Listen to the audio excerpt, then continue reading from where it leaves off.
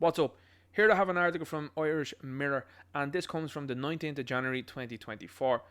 They say, investigators believe bomb caused explosion at Dublin homeless shelter. A Polish man in his 30s was no longer with us at this stage in the incident yesterday, so on the 18th of January 2024, by what is suspected to have been an explosive device that was under his bed. What was he going to do with that? Did he know that was there? Did he concoct that? What was he going to do with this? Potentially. You see, this is what happens when you have an open borders policy and you don't check people that are coming into this country. You do not know who these people are, or where they are from, or what they have been up to in the past. Only a couple of days ago, video emerged of people speaking to a man at one of those asylum seeker centres, and this guy claimed to have been in the Taliban. Outrageous stuff. But going back to this story here, this is where we're at right now in Ireland. People are not speaking about this incident, and if they are, I think it's probably a couple of people that are making jokes like, oh, I bet you a man had a blast in Ireland, ha ha ha. Like, this is where my generation and generations after me are at right now. Incidents like these used to be massive things 10, 20 years ago. But now it's just been talked about and it's forgotten about within 24 to 48 hours. This is an extremely serious situation. Like, what happens if that happens to an innocent person? What happens if this guy is innocent?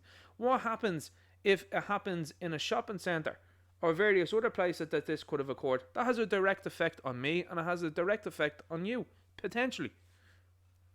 Now, I already know that they'll be leftists in the chat because they possess the attention span of budgies, and they'd go, but the IRA. Listen, I don't give a fuck about what the IRA did, because, in my opinion, hundreds of years we were oppressed by the British and things were as they were.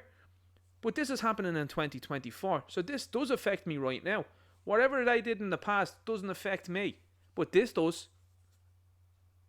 So I don't give a shit about any sort of people that try to come in or try to make a comment, and you shouldn't either, about what you're thinking about an incident like this and how they're trying to blow this over really quickly. I know that that's probably another pun there, but however, they're trying to move on past this within 24 to 48 hours. This is an extremely serious incident.